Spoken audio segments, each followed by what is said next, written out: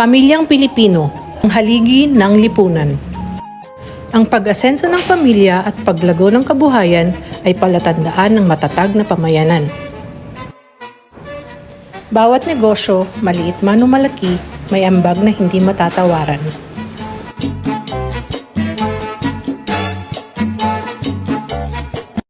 Kaya sa Abril 15, huwag kalimutang mag-file at pay ng income tax.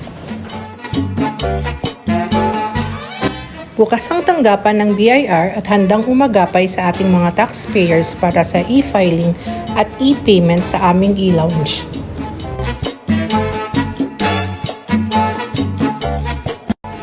And this is where our taxes go.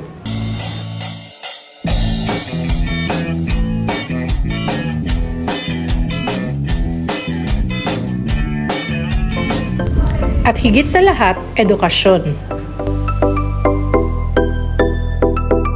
Mahusay na serbisyo, katumbas ng buwis mo.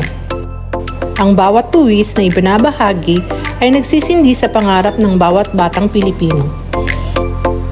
Kaya sa ating patuloy na pagbabayad ng tamang buwis, patuloy nating binibigyang daan ang isang bukas para sa mas maunlad na Pilipinas.